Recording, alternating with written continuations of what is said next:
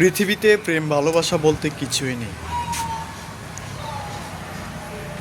প্রেম কার জন্য, ভালোবাসা কার জন্য, এই জিনিসটা সর্বপ্রথম আপনাকে জানতে হবে।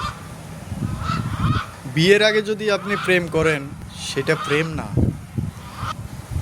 সেটা হচ্ছে পরক্রিয়া। আপনার যদি প্রেম করতে মন চায়, আপনার যদি কাউকে খুব বেশি মন থেকে ভালোবাসতে মন চায়, আপনি যদি পৃথিবীতে সুখে থাকতে চান, আপনি যদি আপনার সম্পর্ককে হালালে রূপ দিতে চান, হালালভাবে আপনি সম্পর্ক করতে চান, আপনার সম্পর্কের মধ্যে যদি আপনি চির শান্তি চান, তাহলে আমি বলবো যে বিয়ের আগে প্রেম ভালোবাসা থেকে আপনি বিরত থাকুন। কোনো মেয়েকে আপনি অযথা ভালোবেসে মন মানসিকতা নষ্ট করবেন না। কোনো মেয়ের জন্য আপনি আত্মহত্যা করবেন না। আপনার জীবনের অনেক মূল্য আছে।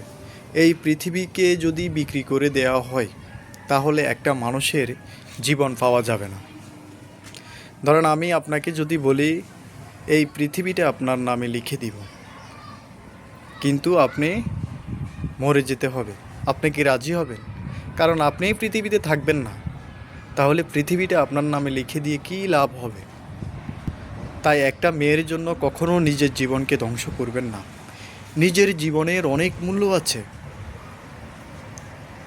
আপনি হারাম রিলেশনে কখনো জড়াইবেন না।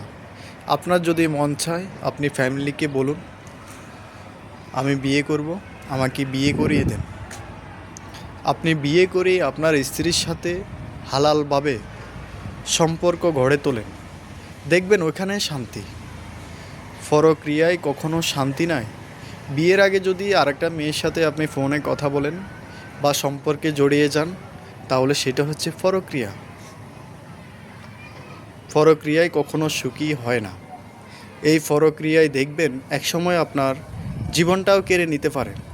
নারীর ফিতনা হচ্ছে সবচেয়ে বড় খারাপ। নারী চাইলে আপনার জীবনকে ধ্বংস করে দিতে পারবে।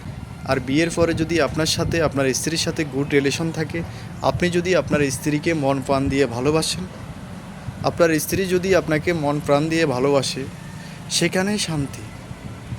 আর বিয়ের আগের নষ্ট মার্কা প্রেম ভালোবাসা, এগুলোতে কোনো শান্তি নাই।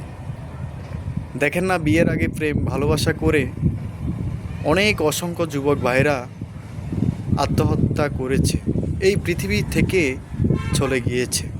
দিন শেষে কী পেল? জাহান্নাম। তাই ভাই, হারাম রিলেশন থেকে দূরে সরুন, হালাল রিলেশনে মনোযোগ দিন। যদি আপনার নির্দিষ্ট বয়স হয়ে থাকে, যদি আপনি বিয়ের জন্য প্রস্তুত হন, তাহলে বিয়ে করে ফেলুন।